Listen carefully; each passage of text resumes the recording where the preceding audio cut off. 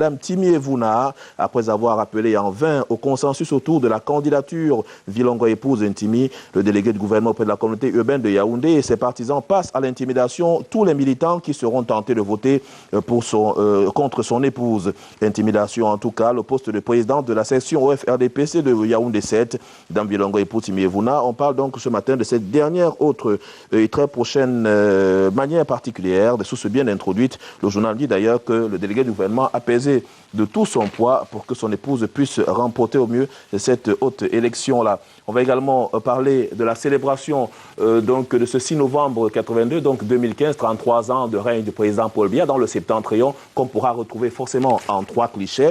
Le premier cliché, c'est le bal, entre guillemets, des démissions à Yagua. Les militants de la région confrontés aux affres de Boko Haram ont fait étalage de leur querelle pour les uns et un attachement aux champions du Rassemblement démocratique du peuple camerounais pour d'autres. Le deuxième cliché qu'on retient, c'est Paul Biya, célébré avec pompe à Tokombéré. Kavaye Guédibril a tenu à faire observer une minute de silence en mémoire des soldats tombés au front de la guerre contre Boko Haram. Le président de l'Assemblée nationale du Cameroun, la seule vedette de la célébration de l'an 33 du renouveau à Tokombéré. Il y avait notamment à ses côtés le sénateur Jean-Baptiste Baskouda, également en qualité de chef de délégation du comité central du RDPC, et Hans Naba, le président de la section RDPC du Mayo Sava. Et puis autre chose, dans la région de l'extrême nord, le journal a choisi de nous dire quand même que cette autre célébration était le moment précisément à Maroua d'une forte sécurité, avec un déploiement des forces de défense et de sécurité sur le plan local pour aider dans le cadre bien sûr de la célébration. On va également voir au rez-de-chaussée du journal ce matin, le journal a choisi de nous parler un peu du bilan qu'il a choisi d'appeler bilan catastrophique en 33 ans de règne du président de la République, Paul Biya du Cameroun. C'est quand même un fait assez majeur. Alain Noah Awana qui signe cet article nous dit que lorsque le président Paul Biya prend le pouvoir le 6 novembre 1982, Paul Biya hérite d'un pays économiquement prospère. Depuis 1961, le Cameroun a cumulé de louables performances économiques. Il jouissait à cette époque-là des revenus par habitant les plus élevés du continent africain, rappelle Alexandre Ndjilé dans une de ses analyses. D'autre part, il dit également que difficile dans ces circonstances de défendre le bilan du président, encore que d'autres faits ne facilitent pas les choses pour ses défenseurs. Aujourd'hui, le Cameroun est l'un des pays les moins compétitifs du monde. En 2011, il était classé 111e sur 133 pays notés par le Global Competitiveness Index. Quant à l'indice Ibrahim sur la bonne gouvernance, il le classait 33e sur 53 pays africains. Plus récemment encore, le Cameroun a de nouveau perdu 4 places dans le Doing Business effectué par le groupe de la Banque mondiale. Il est parmi les pays occupant le 172e rang sur 189 économies notées. Évidemment, depuis au moins 20 ans, les investissements étrangers n'affluent pas et le secteur privé local étant mal accompagné des investisseurs locaux également démine. On va également parler à Bamenda, dans la région du nord-ouest, là-bas, pratiquement le dernier show, le journal pense, dont le président de la section de la Mesam 1, pour la Tangandji, là-bas, qui a demandé aux militants du RDPC de soutenir avec la dernière énergie le président de la République du Cameroun, son Excellence Paul Biya, pour les activités menées au sein de notre pays. La nouvelle presse de Jacques Blaise vient également dans les kiosques, mais choisit de nous parler de ce trafic d'influence et de cette fuite d'informations au sein de la présidence de la République du Cameroun, avec une grosse actualité sur la manière avec laquelle la fuite d'informations est d'ailleurs contenue là-bas, du côté du palais. Le journal également parle depuis le déclenchement de ce qu'il convient désormais d'appeler l'affaire Albert Nzonga. Tout indique que les réseaux qui gravitent autour du chef de l'État se livrent à des batailles sans faille, des batailles qui visent donc également la fragilisation du secret d'État et mettre donc au devant de la scène. Il n'y a qu'à prendre les deux circulaires, les 2 lettres, donc l'une envoyée par le secrétaire général du comité central du RDPC et l'autre envoyée par Akbor Tabi, qui se sont donc retrouvés dans la presse camerounaise. À bien des égards, le journal nous dit ce matin que l'affaire Albert Nzonga ressemble à cette histoire de photomontage du président de la République. Lorsqu'on se souvient en effet qu'après avoir attribué l'origine du grossier montage photographique du président Paul Biya, assistant à la cérémonie de levée de corps des soldats tombés sur le champ de bataille contre Boko Haram, alors qu'il était en séjour privé du côté de l'Europe. D'ailleurs, François Ona, notre confrère de journal La Nouvelle Presse, en dit long dans le cadre, bien sûr, de cette affaire. On va également parler ce matin de cette ambiance qui règne au sein des Lions indomptables du Cameroun, avec toutes les vérités encore déployées par l'auteur du roman « Tout est pardonné » dont Ernest Obama. On peut revenir sur cette folle rumeur sur les non-dits et sur la participation de l'ancien capitaine des Lions indomptables du Cameroun, mais à cœur ouvert aussi avec Volker Finke, l'ancien sélectionneur national de l'équipe Fanion du Cameroun, lui qui dit clairement que les preuves de la trahison du Maroc, il faut dire qu'elle est restée à travers de la gorge de Samuel Eto'o, son refus de mener seul les discussions concernant des primes avant le mondial brésilien. À l'occasion, il impose la mise en place d'un comité de 10 joueurs pour mener les débats avec les autorités. Ce comité est composé de quelques joueurs parmi lesquels Assoue Koto, Aboubakar, Eno Nkulu Tcheju, Nunke Itanje, Ngemo Choupo-Moting et lui-même. Également à cette occasion, le journal choisit ce matin de nous dire que, en ce qui concerne donc cette débâcle du Brésil, le Cameroun, le capitaine des Lions indomptables, Samuel Eto'o fils, n'avait pas refusé de prendre le drapeau national, donc descendu sur le stade, dont le chef de gouvernement de la République qui tenait donc à remettre ce drapeau à l'équipe Fanion pour représenter l'équipe nationale du Cameroun. Et puis on pourra également lire les non-dits de la débâcle brésilienne, mais tout à côté aussi la vérité, la part de vérité de Samuel Eto'o fils sur l'affaire Nkoa. C'est également des informations qu'on pourra retrouver. Et puis autre chose, le Cameroun, indice de pauvreté quand même, il y a particulièrement 8,1 millions de Camerounais qui sont indigents, qui vivent dans des situations précaires, qui passent le temps à quémander, indique le journal ce matin. La Nouvelle Expression a quand même fait un travail de fond sur la question en revenant sur ce que pourrait bénéficier chaque Camerounais, alors que ces mêmes Camerounais se réjouissent de l'enrichissement de leurs compatriotes. L'Institut national de la statistique s'inquiète surtout de l'appauvrissement de nos ménages. L'INS estime qu'il faudra accorder près de 130 000 francs CFA à un adulte pauvre pour sortir effectivement de la pauvreté. Autre fait important à retenir au rez-de-chaussée du journal La Nouvelle Expression ce matin, c'est de dire clairement que c'est celui qui contribue d'ailleurs à la vente des cartes électorales dans le cadre du gouvernement des organes de base du rassemblement démocratique du peuple camerounais, que c'est celui-là qui peut pratiquement contrôler les élections. L'exigence bien pensée de cette pièce pour prendre part aux opérations de gouvernement des organes de base du RDPC est paradoxal, le pavé dans la barre même de cette opération, et qui va donc, on comprend aisément dans le cadre de cette publication ce matin, l'article choisi dans ces moments les plus profonds de voir un peu comment est-ce que ces cartes du RDPC sont pourtant vendues, mais à la base, on ne réussit pas à récupérer l'ensemble de ces cartes.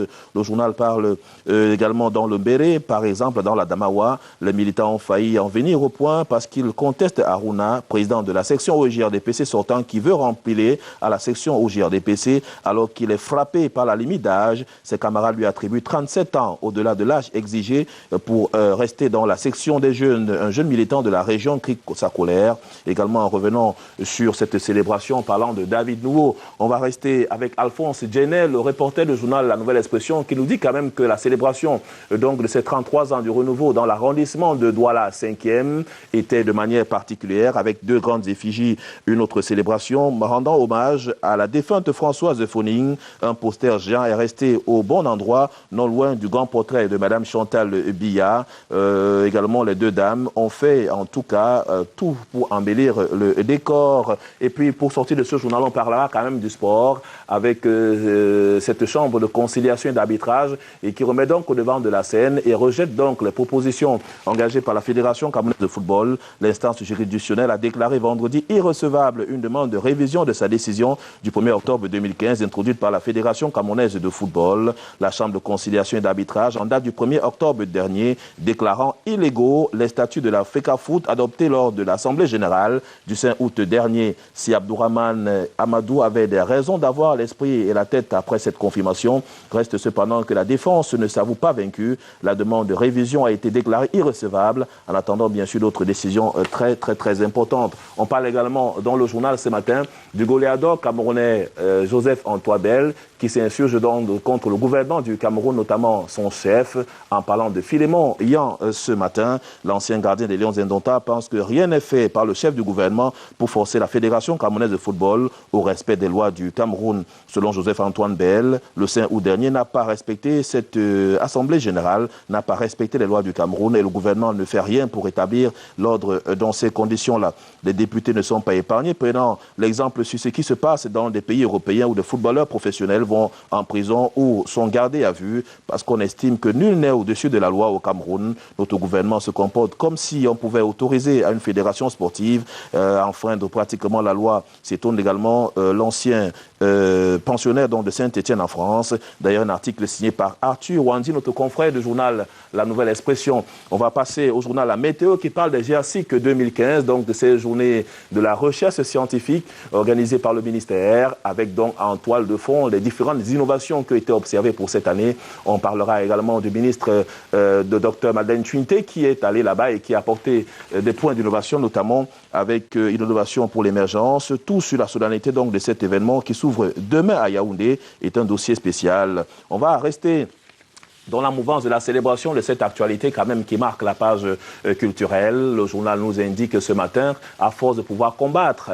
une actualité, une information, une musique qui pratiquement a été écoutée à Mondovision, le préfet de la MIFI qui a donc choisi dans le département là-bas de pouvoir suspendre donc la diffusion, la publication même de l'artiste, donc des œuvres de l'artiste franco, notamment ce titre à succès, Coller la petite. Le journal ce matin nous dit l'impact de la décision d'interdiction de cette chanson est inversement proportionnel. D'ailleurs, au but recherché à l'observation, Joseph Tangwa Fauveur fait plutôt la publicité de cet album. Le journal nous dit ce matin que l'interdiction, d'ailleurs, permet lorsqu'on choisit d'interdire quelque chose, on aiguise des curiosités, on aiguise également les appétits et les uns et les autres plutôt vont dans le sens de l'interdiction locale du Cameroun. Donc cet acte signé par le préfet du département de la MIFI, Joseph Tangwa Fauveur, n'est de pas notre pays. Le bave Tangwa Fauveur pourra toujours prendre tous les actes coercitifs, indique le journal ce matin, mais seulement pour l'application, il faudra certainement repasser pour tout dire. Le préfet de la MIFI a raté l'occasion de se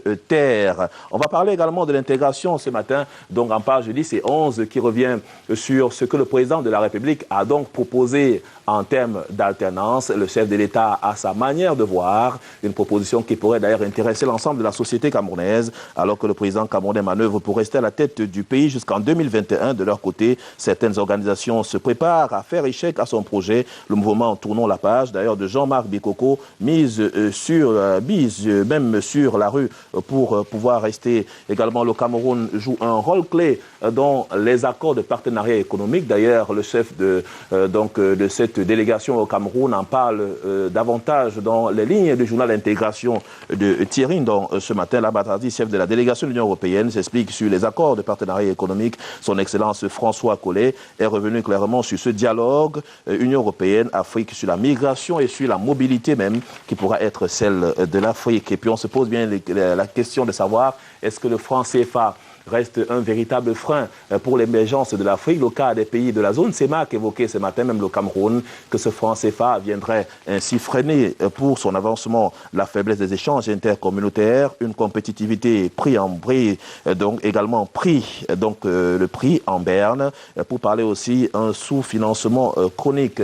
Nous sortons de cette revue de presse avec le journal Kalara, en grande pompe, passe à grande une, qui parle donc des fonds qui sont revendiqués à l'entreprise donc en charge du secteur de l'énergie électrique au Cameroun. Les employés qui réclament pratiquement 6 milliards de francs CFA. L'affaire rebondit donc à la cour d'appel du centre. Et puis enquête sur l'arrêt des poursuites, Maître Sylvestre Mbin, il y a du favoritisme au TCS. Également, Tali aurait pu comprendre pourquoi Siam Siwe est toujours poursuivi par les inspecteurs d'État au Cameroun. Et puis Yves-Michel Fotso sollicite encore l'arrêt des poursuites. Et on peut davantage en parler dans les colonnes du journal Kalara de Christophe Obiokono. Mesdames, Messieurs, merci de nous avoir suivis en direct de Douala. On se retrouve demain lorsqu'il sera 7h30.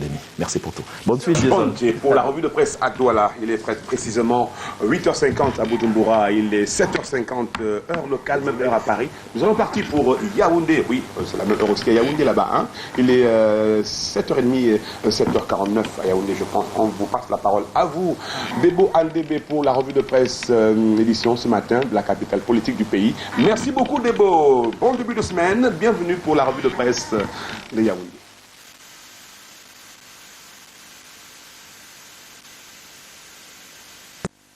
À vous, Serge Bondje, bienvenue à Yaoundé une fois de plus pour ce début de semaine, matin fraîche mais tout petit peu ensoleillé après la nuit arrosée d'hier. Bienvenue dans cet exercice qui mobilise des millions de téléspectateurs et d'internautes à travers le monde et des auditeurs de Kiss FM et Suite FM à Yaoundé.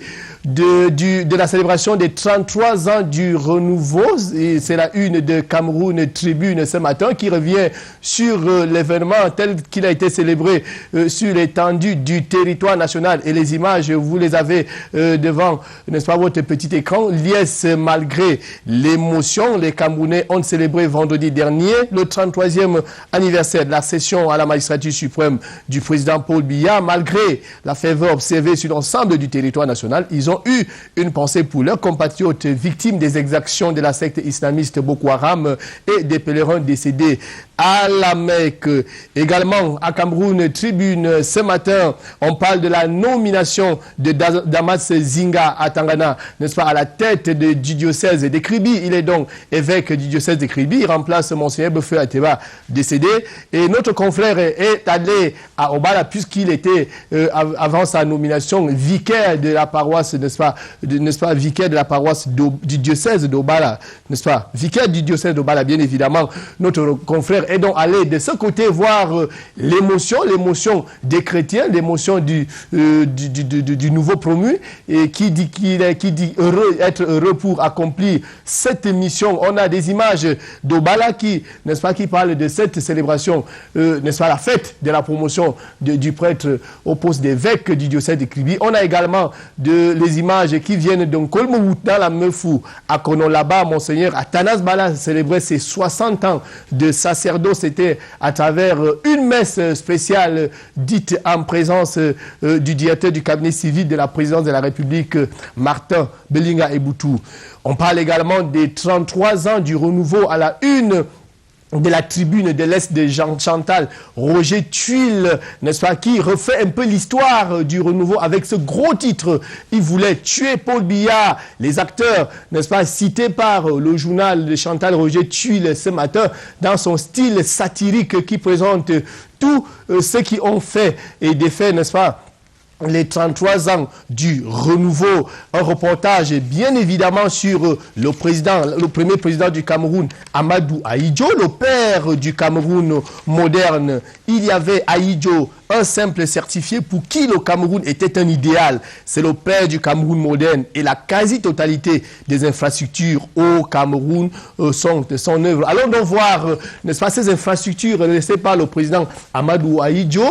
Il y a le stade Amadou Ahidjo qui porte si bien son nom selon mutation. Le vieux stade est rattrapé par sa vieillesse après des études. L'entreprise chinoise pressentie pour réhabiliter l'ouvrage dit non à l'installation des sièges dans les gradins compte tenu des risques liés à la vétusté de cette infrastructure. L'entreprise française retenue par le gouvernement admet la pose des sièges dans la cuvette. C'est pour ça qu'embarrassé, le comité d'organisation envisage une contre-expertise, c'est-à-dire ce gros dossier, n'est-ce pas, au quotidien Mutation ce matin. Mutation qui parle également de l'entretien accordé par l'ex-entraîneur des Lions Indomptables à Canal 2 International, entretien dirigé par Boubangomna, diffusé hier à 19h sur Canal 2 International. Tout sur cet entretien, c'est-à-dire à Mutation ce matin. Et on sort de Mutation pour s'interroger du sort réservé à la prime d'excellence scolaire, n'est-ce pas, du président de la République, au meilleur,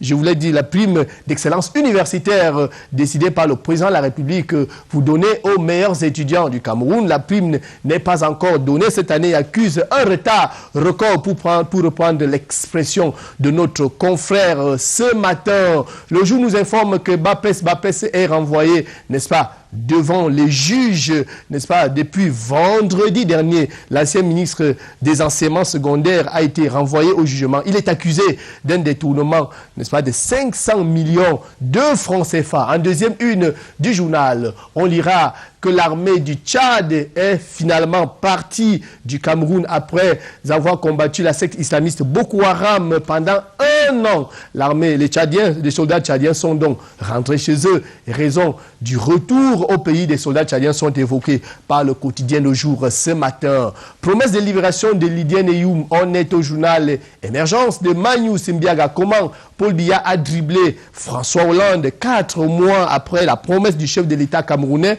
L'avocate franco-camerounaise demeure en prison. Paul Biya est-il décidé à la garder. Dans les géoles s'interroge le journal ce matin. Vous lirez également d'autres une au journal de Noyus Biarakom. Ce prix décerné à Djomba Akuro, n'est-ce pas, dans le domaine de la santé, mère et enfant. C'est dans le cadre du concours Global Reporting que ce journaliste a été porté en triomphe pour une application de téléphonie mobile pour les femmes enceintes en détresse. On parle économie avec le quotidien d'économie qui parle détournement des deniers publics dans l'affaire CRTV version Mendoza, et dit que Mendoza a chargé certains pontes du régime au tribunal pour se défendre de certaines accusations de détournement des deniers publics au tribunal criminel spécial. L'ex-directeur général de la CRTV révèle les prestations tarifiées de Jacques Famendongo, du général Assoo, de Robert Nkili et de Francis Ouette. D'autres noms sont d'ailleurs cités dans ce reportage signé Sylvain Andjongo. On parle également en grande une de ce journal de la SNH qui annonce une production en hausse de 22,69%. La Société nationale des hydrocarbures, n'est-ce pas, informe dans son magazine SNH Info que la production nationale pétrolière s'établit au premier semestre 2015 à 16,44 millions de barils. Toutes ces nouvelles économiques sont donc à lire au journal de l'économie ce matin. Épervier est au ministère des Finances où, dit-on, 956 millions ont été détournés. 238 cartons assignés au poste comptable de Nangae Boko ont entièrement été payés sans livraison avec la caution du directeur général du budget. On va lire l'autre une du journal de Léopold Clovis Nudjo qui dit qu'il faut sauver le centre climatique de Tchang. Et l'image est bel et bien à la page 12 du journal ce matin. Vous verrez un centre climatique abandonné dans la broussaille malgré son climat en paix. Il est aujourd'hui complètement plongé dans une gestion hasardeuse. Il faut sauver le centre climatique de Tchang, dit le journal de Léopold Clovis Nudjo ce matin. The Times Journal également à la une. Mba Achatou investigate Sister. On parle bien évidemment de, n'est-ce pas, de la nouvelle ministre déléguée à la présidence chargée du contrôle supérieur de l'État qui devra donc investiguer sur le cas Amatoutou Mouna, n'est-ce pas, acculé ces derniers temps dans plusieurs dossiers financiers. C'est écrit dans The Times Journal. La Tribune de la Forêt également en kiosque ce matin. Voici ce qui freine l'émergence du Cameroun, des postes vacants et d'autres tenus par des responsables incompétents. Voilà autant de points qui freinent le développement et l'émergence du Cameroun, à lire bien évidemment à la page 7 du journal de Noah Ongba Léopold. De Guardian Post, un autre journal d'expression anglaise, parle du vaccin Ebola qui sera expérimenté au Cameroun et s'étonne du mutisme de la communauté scientifique. Public Health Minister in the eye of the storm, dit notre confrère ce matin. Le soir parle des départs à la retraite.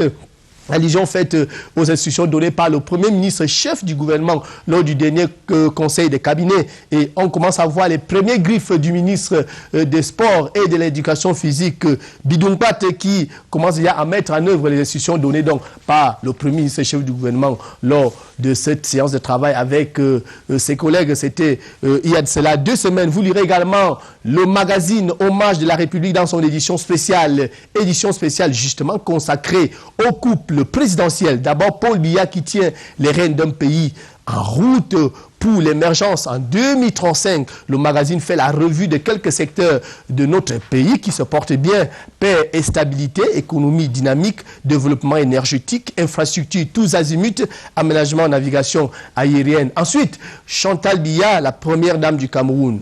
Tout un dossier spécial consacré à cette dame de cœur, l'icône de l'humanitaire, n'est-ce pas, avec des réalisations concrètes.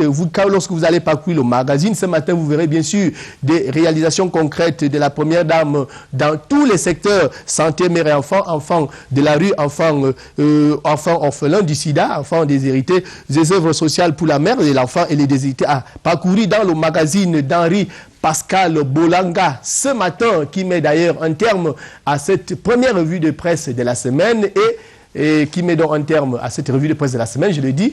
On rentre sur Douala pour la suite de Canal Matin. Espérons nous retrouver demain. Jason, s'il plaît à Dieu. À vous.